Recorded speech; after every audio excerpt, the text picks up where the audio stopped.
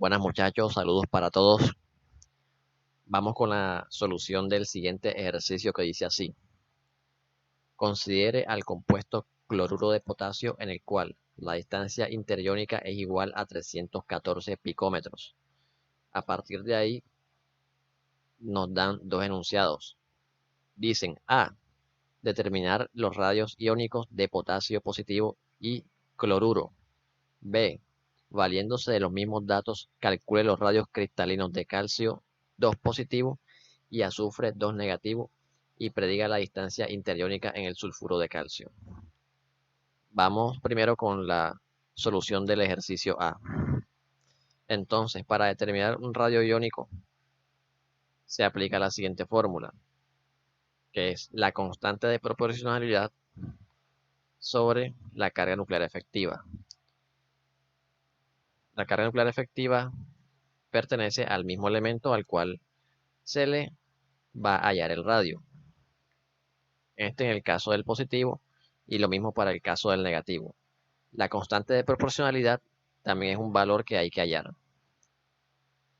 También es importante que sepamos para este ejercicio que la distancia interiónica es igual al radio positivo más el radio negativo. Entonces, a partir de esas tres ecuaciones que les estoy presentando, podemos reemplazar cada una. Distancia interiónica, que es la que aparece en esta ecuación, ya nos dan el dato de que es 314 picómetros. Radio positivo ya tiene su ecuación al igual que el radio negativo. Entonces, reemplazando esto por sus respectivos valores, quedaría la estancia interiónica y todavía quedarían estas incógnitas. Pero es importante que tengamos esta ecuación de esta manera porque la vamos a utilizar en el ejercicio. Entonces, vamos primero a hallar la carga nuclear efectiva de el potasio y el cloruro para poder hallar posteriormente la constante de proporcionalidad y así poder hallar el radio. El primer paso para la carga nuclear efectiva es sacar la configuración electrónica de los elementos. El potasio, que trabaja con 19, o sea, su número atómico es 19, termina en 4s1. Es decir, en su último orbital tiene un electrón, mientras que el cloro en su último orbital, que es el 3p, tiene 5 electrones. Y como sabemos, los orbitales p se completan con 6 electrones. Entonces, el cloro le haría falta un electrón para completar su orbital. Entonces, ese electrón que le hace falta se lo va a transferir el potasio. Entonces, el potasio, al perder un electrón y el cloro al ganar uno al mismo tiempo, ambos van a tener como número de electrones 18. Y si buscamos en la tabla periódica, el elemento cuyo número atómico es 18 es el argón. Y como podemos observar, antes y después del argón tenemos los elementos con los que estamos trabajando, cloro y potasio. Entonces, están adquiriendo el número de electrones del argón. Es importante que sepamos esto porque ahora debemos recordar que la fórmula de la carga nuclear efectiva es igual al número atómico menos la constante de apantallamiento. Para hallar la carga nuclear efectiva, tanto del potasio como del cloro, en número atómico vamos a utilizar el número atómico propio de los elementos. Pero la constante de apantallamiento la vamos a hallar a partir del argón. ¿Por qué a partir del argón? Porque la cantidad de electrones con los que están quedando ambos elementos al formar la molécula es la cantidad de la misma cantidad de electrones del argón. Bueno, listo. ¿Cómo hallamos la constante de apantallamiento? Primero tenemos que saber que la configuración electrónica no se debe utilizar a partir del modelo de Aufbau, sino del modelo de Slater, que es diferente. Es diferente porque se hace de esta manera en la que se agrupan todos los niveles y en un orden ascendente. Listo. Al establecer la configuración electrónica de Slater, el siguiente paso es que determinar el nivel más externo. En este caso, el nivel más externo del argón es el nivel 3. Entonces, el nivel más externo sería el nivel N. El nivel inmediatamente anterior a N sería N-1, que en este caso es el nivel 2. Y el nivel o los niveles inmediatamente anteriores a N-1 serían conocidos como N-2. Listo, entonces a partir de esta información se calcula la constante de apantallamiento. ¿Cómo se calcula? De la siguiente manera. Primero se toma la cantidad de electrones que pertenecen a N-2, que para este caso son 2 electrones, y se multiplican por 1. Después, esa multiplicación se suma a la multiplicación de la cantidad de electrones que están en N-1, que en este caso son 8. Estos se multiplican por 0.85. Y a eso se le suma la siguiente multiplicación, que es la cantidad de electrones que hay en N, o sea 8 aquí, multiplicado por 0.35. Estos números, tanto 1 como 0.85 como 0.35, son constantes y siempre se aplican en esta regla. El resultado de toda esta operación nos da 11.6, la cual es la constante de apantallamiento. Listo, entonces ahora sí, reemplazando número atómico del elemento al que se le va a calcular la carga nuclear efectiva y la constante de apantallamiento, tenemos la carga nuclear efectiva tanto del potasio como del cloro. En este caso, el potasio, recordemos que está siendo positivo porque está perdiendo un electrón, mientras que el negativo pertenece al cloro porque está adquiriendo un nuevo electrón.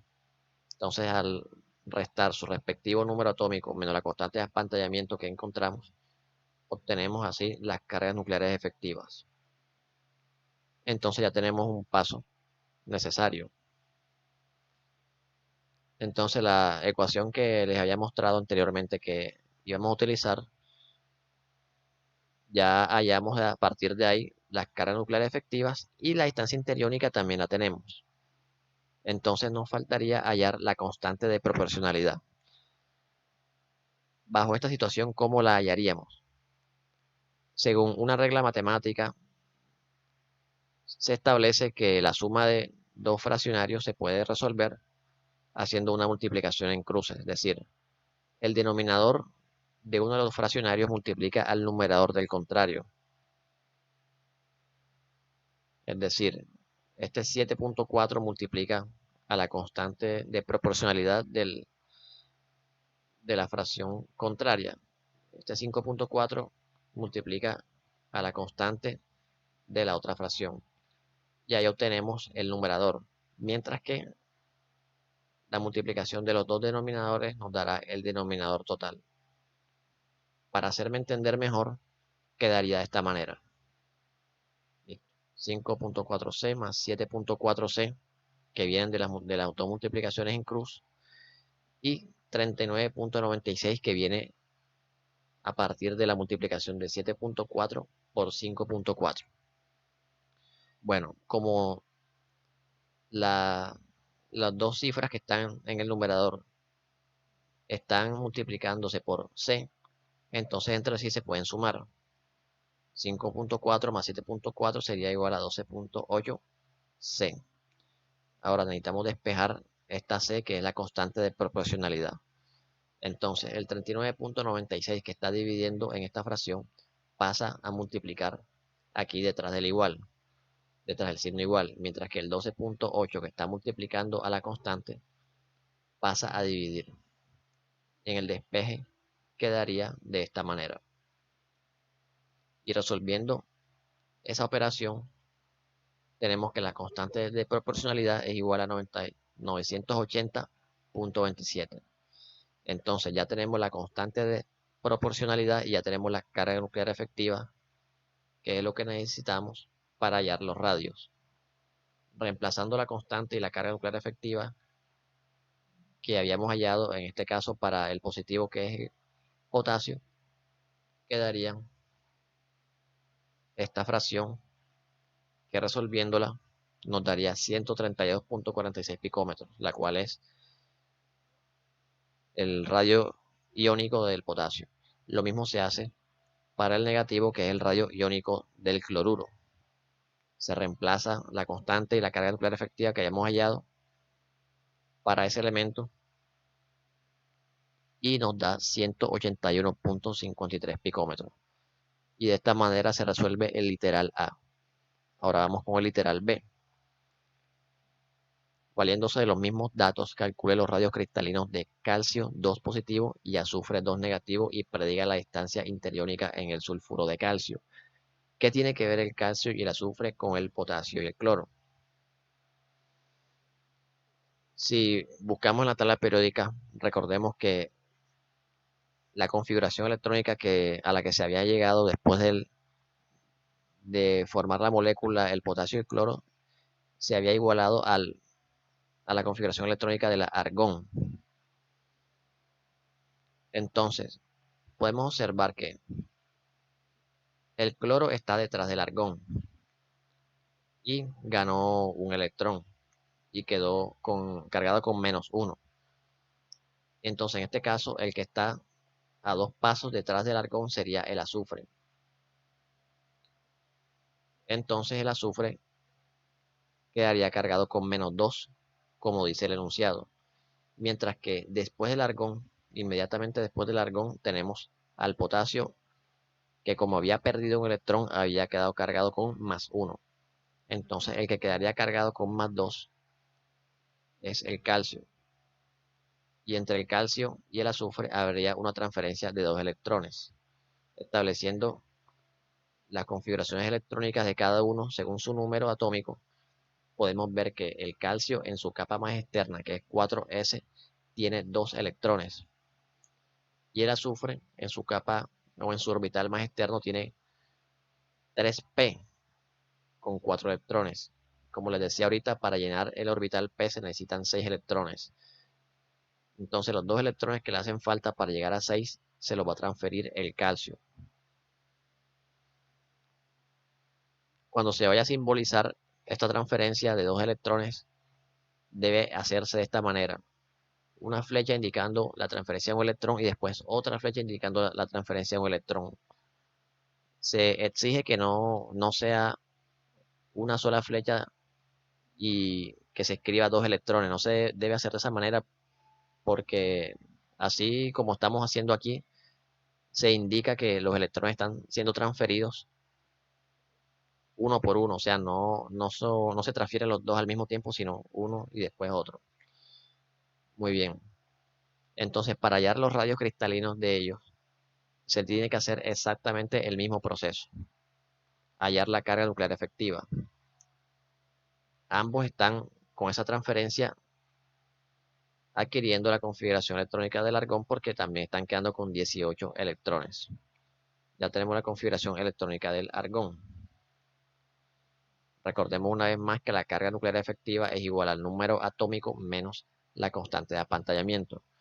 La constante de apantallamiento en este caso también va a ser la que se halló a partir de la configuración electrónica del argón que ya hemos hecho anteriormente. Y recordemos que esa constante de apantallamiento nos dio 11,6. Entonces ya tendríamos que reemplazar el número atómico tanto del calcio como del azufre. Entonces en el calcio, el cual se simboliza con 2 positivos por la pérdida de 2 electrones, el calcio se resta su número atómico, que es 20 menos la constante de apantallamiento, y obtenemos la carga nuclear efectiva, que es 8.4. Y el mismo proceso se hace con el azufre. Y ahora para hallar los radios cristalinos es la misma ecuación. La constante de proporcionalidad sobre la carga nuclear efectiva de cada uno. La constante de proporcionalidad también va a ser la que hallamos ahorita con los radios del potasio y el cloro. Y esa constante de proporcionalidad, recordemos que nos dio 980.27. Entonces, ese valor se reemplaza en la ecuación de cada uno. En el numerador de cada uno va 980.27, mientras que en el denominador la carga nuclear efectiva de cada uno. Realizando las respectivas divisiones, obtenemos que el radio cristalino del calcio 2 positivo es igual a 116.70 picómetros, mientras que el radio cristalino del azufre 2 negativo es igual a 222.79 picómetros. Ahora el enunciado nos dice, por último, prediga la distancia interiónica en el sulfuro de calcio. Esa distancia interiónica no sería más que la suma de los radios iónicos que acabamos de hallar. Distancia interiónica del sulfuro de calcio es igual al radio del calcio 2 positivo más el radio del azufre 2 negativo. Reemplazando los radios que acabamos de hallar, obtenemos la suma, la cual sería igual a 339.49 picómetros. Y de esta manera se hallan los radios que nos pedían este ejercicio y de esta manera es que se resuelve. Muchas gracias.